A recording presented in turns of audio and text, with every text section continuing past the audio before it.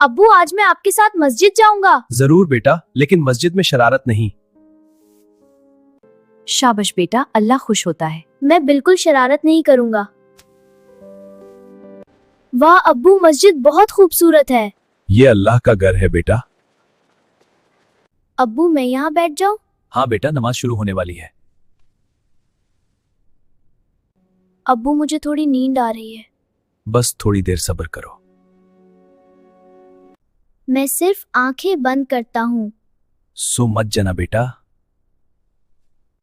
अरे अहमद तो सो गया। ऊप, सॉरी यार।